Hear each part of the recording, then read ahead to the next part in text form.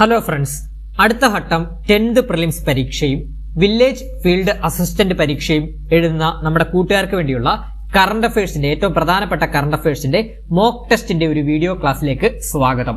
ഈ ഒരു ക്ലാസ് അവസാനം വരെ എല്ലാ കൂട്ടുകാരും കാണാൻ ശ്രമിക്കണം. അതോടൊപ്പം തന്നെ ചാനൽ ആദ്യമായിട്ട് കാണുന്ന കൂട്ടുകാരുണ്ടെങ്കിൽ മാക്സിമം ഒന്ന് സബ്സ്ക്രൈബ് ചെയ്തും അതുപോലെ തന്നെ എല്ലാവരും ഒന്ന് ഹൈപ്പ് ചെയ്തും ഒന്ന് സപ്പോർട്ട് ചെയ്യണേ. സപ്പോർട്ട് വളരെ കുറവാണ്. അപ്പൊ ആദ്യത്തെ ചോദ്യത്തിലോട്ട് പോകാം. അന്താരാഷ്ട്ര വനിതാ ക്രിക്കറ്റിൽ ഏറ്റവും കൂടുതൽ വിക്കറ്റുകൾ നേടിയ ബൗളർ എന്ന റെക്കോർഡ് സ്വന്തമാക്കിയ ഇന്ത്യൻ താരം ആരാണ്? ക്വസ്റ്റ്യൻ ഒന്നുകൂടെ വായിക്കാം. അന്താരാഷ്ട്ര വനിതാ ക്രിക്കറ്റിൽ ഏറ്റവും കൂടുതൽ വിക്കറ്റുകൾ നേടിയ ബൗളർ എന്ന റെക്കോർഡ് സ്വന്തമാക്കിയ ഇന്ത്യൻ താരം ആരാണ്? ആൻസർ ഓപ്ഷൻ ബി ആണ് കേട്ടോ, ദീപ്തി ശർമ്മയാണ്. Option B, Deepti Sharma. അടുത്ത ചോദ്യം. അപൂർവ രോഗങ്ങളുടെ ചികിത്സയ്ക്കും പരിചരണത്തിനുമായി കേരള സർക്കാർ ആരംഭിക്കുന്ന സമഗ്ര ഡിജിറ്റൽ പ്ലാറ്റ്ഫോം ഏതാണ്? ക്വസ്റ്റ്യൻ എന്ന് പറയാം.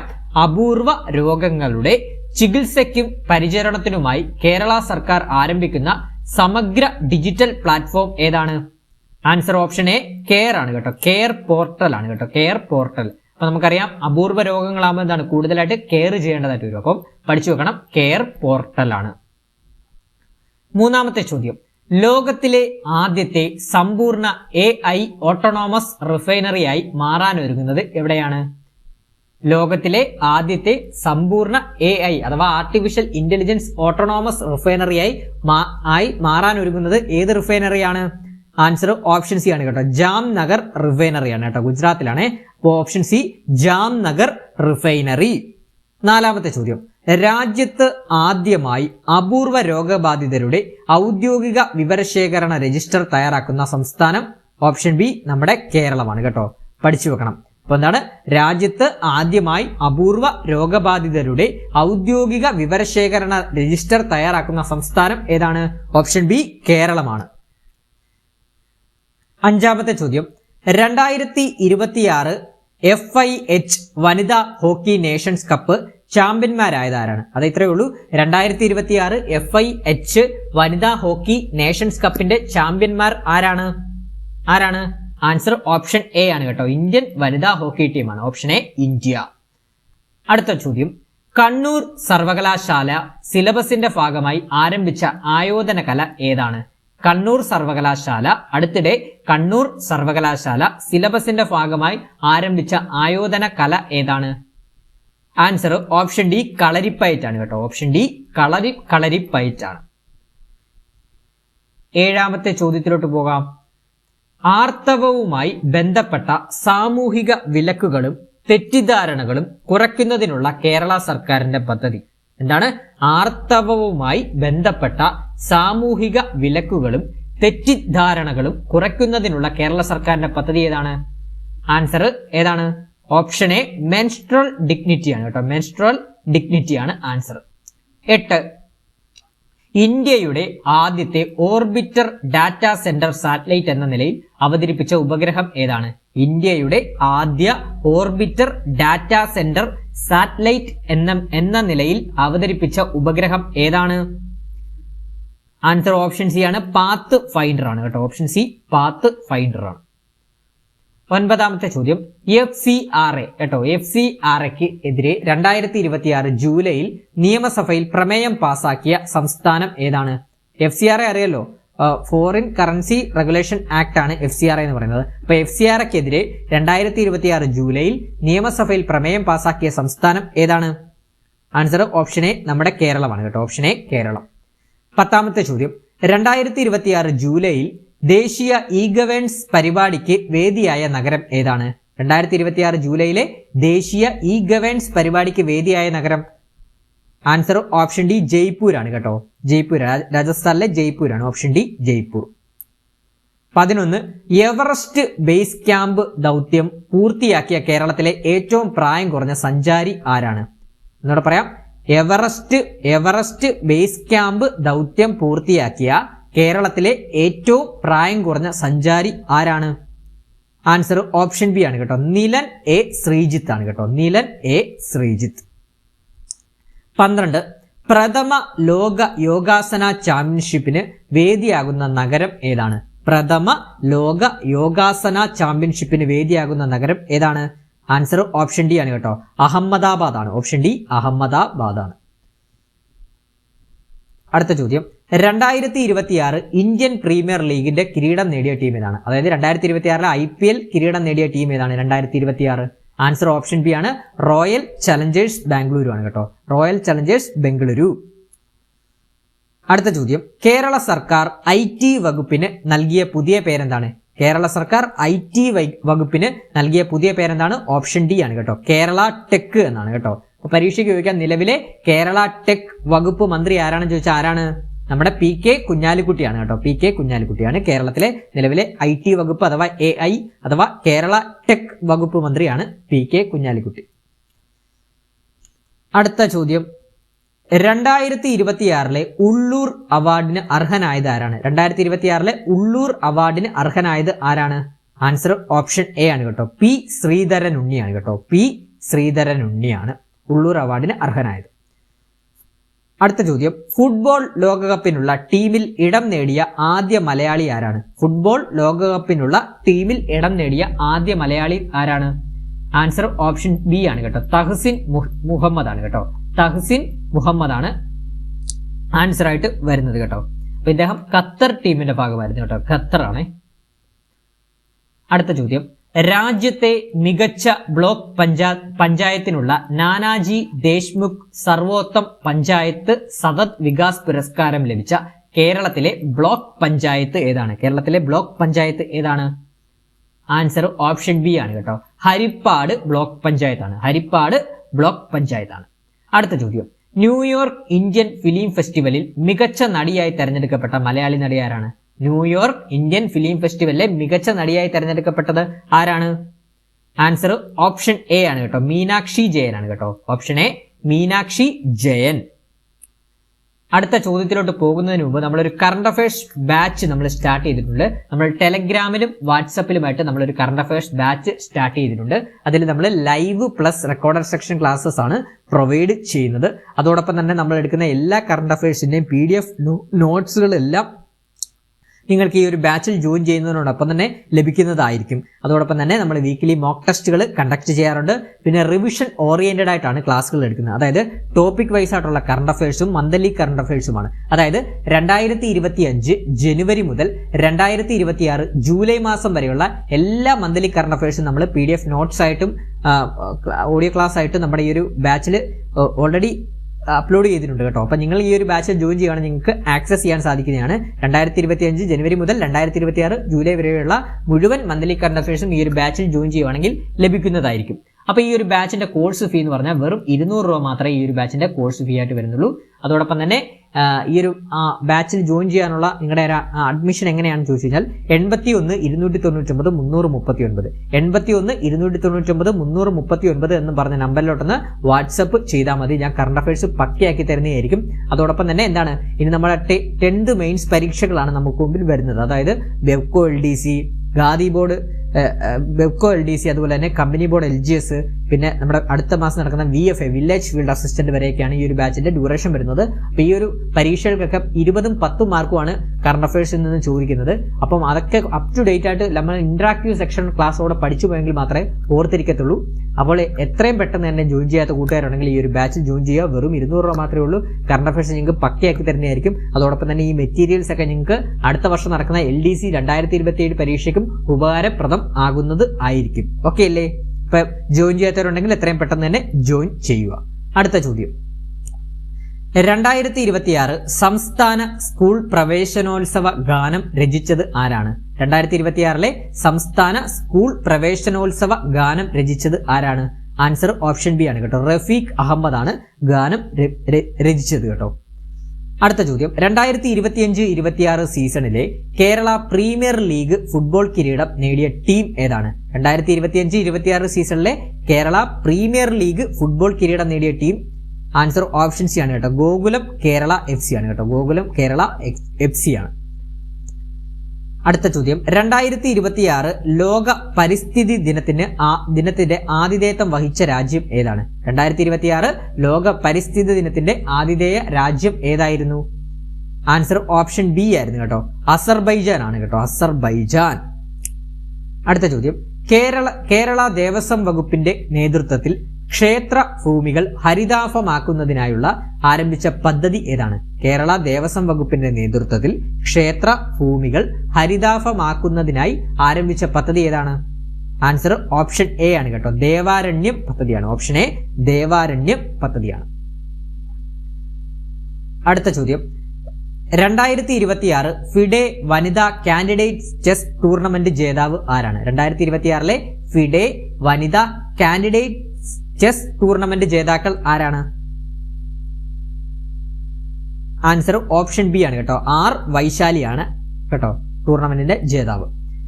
അടുത്ത 24ാമത്തെ ചോദ്യം, ഇരട്ട ഭൂകമ്പങ്ങൾ നാശം വിതച്ച ഏത് രാജ്യത്തെ സഹായിക്കാനാണ് ഇന്ത്യ ഓപ്പറേഷൻ അമിസ്റ്റാഡ് നടപ്പിലാക്കിയത്? അപ്പൊ പരീക്ഷയ്ക്ക്, ഇനി വരുന്ന പരീക്ഷയ്ക്ക് ഉറപ്പായിട്ടും ചോദിക്കുന്ന ഒരു ചോദ്യമാണ്, പഠിച്ചു വെക്കണം.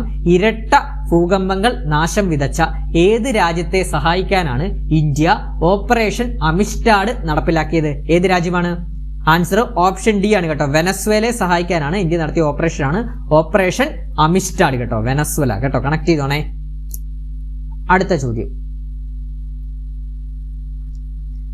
Viksit Bharat guarantee for Rozgar and Ajeevika mission Grameen 2026 ഉദ്ഘാടനം ചെയ്യപ്പെട്ട ഇന്ത്യൻ സംസ്ഥാനം ഏതാണ്?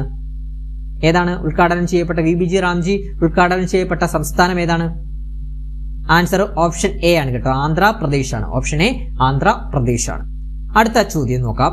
1 മുതൽ 12 വരെയുള്ള ക്ലാസ്സുകളിലെ വിദ്യാർത്ഥികൾക്ക് ആർട്ടിഫിഷ്യൽ ഇന്റലിജൻസ് ഒരു പ്രധാന വിഷയമായി പാഠ്യപദ്ധതിയിൽ ഉൾപ്പെടുത്തിയ ഇന്ത്യയിലെ ആദ്യ സംസ്ഥാനം ഏതാണ്? ക്വസ്റ്റ്യൻ ഞാനൊന്നുകൂടെ പറയാം. 1 മുതൽ 12 വരെയുള്ള ക്ലാസ്സുകളിലെ വിദ്യാർത്ഥികൾക്ക് ആർട്ടിഫിഷ്യൽ ഇന്റലിജൻസ് അഥവാ AI ഒരു പ്രധാന വിഷയമായി പാഠ്യപദ്ധതിയിൽ ഉൾപ്പെടുത്തിയ ഇന്ത്യയിലെ ആദ്യ സംസ്ഥാനം ഏതാണ്? ആൻസർ ഓപ്ഷൻ സി ആണ് കേട്ടോ, പഞ്ചാബ് ആണ് കേട്ടോ. ഓപ്ഷൻ സി പഞ്ചാബ് ആണ് ആൻസർ. അടുത്ത ചോദ്യം, മനുഷ്യനെ വീണ്ടും ചന്ദ്രനിൽ എത്തിക്കുന്ന ആർട്ടിമസ് 2 ദൗത്യത്തിന്റെ വിക്ഷേപണം നടന്ന തീയതി എന്നാണ്. അപ്പൊ എന്താണ്? ആർട്ടിമസ് 2 ആണ്. ആർട്ടിമസ് 2 ദൗത്യത്തിന്റെ വിക്ഷേപണം നടന്ന തീയതി എന്നാണെന്നാണ് ചോദിച്ചത്. എന്നാണ്? ഓപ്ഷൻ സി ആണ് കേട്ടോ, 2026 ഏപ്രിൽ 1 ആർട്ടിമസ് 2 ദൗത്യം വിക്ഷേപണം നടന്നത് കേട്ടോ. അടുത്ത ചോദ്യം, ഇന്ത്യ യൂറോപ്യൻ സ്വതന്ത്ര വ്യാപാര കരാർ നിലവിൽ വന്നത് എന്നാണ് ചോദിച്ചിരിക്കുന്നത്. അതായത് ഇന്ത്യ യൂറോപ്യൻ സ്വതന്ത്ര വ്യാപാര കരാർ നിലവിൽ വന്നത് എന്നാണെന്നാണ് ചോദിച്ചിരിക്കുന്നത്. എന്നാണ്? ആൻസർ ഓപ്ഷൻ എ ആണ് കേട്ടോ, 2026 ജനുവരി 27 നിലവിൽ വന്നത് കേട്ടോ. അടുത്ത ചോദ്യം, ആധാറിന്റെ ഭാഗ്യചിഹ്നമായ ഉദയ് രൂപകൽപ്പന ചെയ്തത് ആരാണ്? ആധാറിന്റെ ഭാഗ്യചിഹ്നമായിട്ടുള്ള ഉദയ് രൂപകൽപ്പന ചെയ്തത് ആരാണ്? ആൻസർ ഓപ്ഷൻ ബി ആണ് കേട്ടോ, അരുൺ ഗോകുൽ ആണ് രൂപകൽപ്പന ചെയ്തത്. Option B Arun Gokul. Okay, അടുത്ത ചോദ്യം, വനമേഖലയുമായി ബന്ധപ്പെട്ട് നടത്തിയ പഠനത്തിൽ കേരളത്തിലെ വനമേഖലയോട് ചേർന്നുള്ള പ്രദേശങ്ങളിലെ ശുദ്ധവായു സൂചികയിൽ 1ാം സ്ഥാനത്തെത്തിയ പക്ഷി സങ്കേതം ഏതാണ്? ഞാൻ ഒന്നുകൂടെ ചോദ്യം പറയാം. വനമേഖലയുമായി ബന്ധപ്പെട്ട് നടത്തിയ പഠനത്തിൽ കേരളത്തിലെ വനമേഖലയോട് ചേർന്നുള്ള പ്രദേശങ്ങളിലെ ശുദ്ധവായു സൂചികയിൽ 1ാം സ്ഥാനത്തെത്തിയ പക്ഷി സങ്കേതം ആൻസർ ഓപ്ഷൻ സി ആണ്, തട്ടേക്കാട് പക്ഷി സങ്കേതമാണ് കേട്ടോ. തട്ടേക്കാട് പക്ഷി സങ്കേതം എറണാകുളത്താണ്. 32 നോക്കാം. രക്ഷിതാക്കളുടെ അഭാവത്തിൽ ഭിന്നശേഷിയുള്ളവർക്ക് സംരക്ഷണം ഉറപ്പാക്കാൻ കേരള സാമൂഹിക നീതി വകുപ്പ് ആവിഷ്കരിച്ച പദ്ധതി. നോട്ട് ചെയ്തോണേ, രക്ഷിതാക്കളുടെ അഭാവത്തിൽ ഭിന്നശേഷിയുള്ളവർക്ക് സംരക്ഷണം ഉറപ്പാക്കാൻ കേരള സാമൂഹിക നീതി വകുപ്പ് ആവിഷ്കരിച്ച പദ്ധതിയുടെ പേരെന്താണ്? ആൻസർ ഓപ്ഷൻ സി അൻപ് വീട് പദ്ധതിയാണ് കേട്ടോ, അൻപ് വീട് പദ്ധതിയാണ്. അടുത്ത ചോദ്യം, ദക്ഷിണേന്ത്യയിലെ ഏറ്റവും വലിയ ഗോത്രവർഗ സ്വാതന്ത്ര്യ സമര സേനാനി മ്യൂസിയം നിർമ്മിക്കുന്നത് എവിടെയാണ്? ദക്ഷിണേന്ത്യയിലെ ഏറ്റവും വലിയ ഗോത്രവർഗ സ്വാതന്ത്ര്യ സമര സേനാനി മ്യൂസിയം നിർമ്മിക്കുന്നത് എവിടെയാണ്? ആൻസർ ഓപ്ഷൻ ബി വയനാട്ടിലാണ് നിർമ്മിക്കുന്നത് കേട്ടോ. Option B Wayanad. അടുത്ത ചോദ്യം, ഡീപ് സീക്ക് ഏത് രാജ്യത്തെ ആർട്ടിഫിഷ്യൽ ഇന്റലിജൻസ് കമ്പനിയാണ്? ഡീപ് സീക്ക് ഏത് രാജ്യത്തെ ആർട്ടിഫിഷ്യൽ ഇന്റലിജൻസ് കമ്പനിയാണ്? ചൈനയാണ് കേട്ടോ. ചൈനയിലെ ആർട്ടിഫിഷ്യൽ ഇന്റലിജൻസ് കമ്പനിയാണ് ഡീപ് സീക്ക്. സംസ്ഥാനത്തെ ആദ്യ ഭിന്നശേഷി പുനരധിവാസ ഗ്രാമം ആരംഭിച്ചത് എവിടെയാണ്? സംസ്ഥാനത്തിലെ ആദ്യ ഭിന്നശേഷി പുനരധിവാസ ഗ്രാമം ആരംഭിച്ചത് എവിടെയാണ്? ആൻസർ ഓപ്ഷൻ എ ആണ് കേട്ടോ. ആദവനാടാണ് കേട്ടോ. ആദവനാട് മലപ്പുറത്താണ് ആദ്യ ഭിന്നശേഷി പുനരധിവാസ ഗ്രാമം ആരംഭിച്ചത് കേട്ടോ. ആദവനാട് മലപ്പുറം.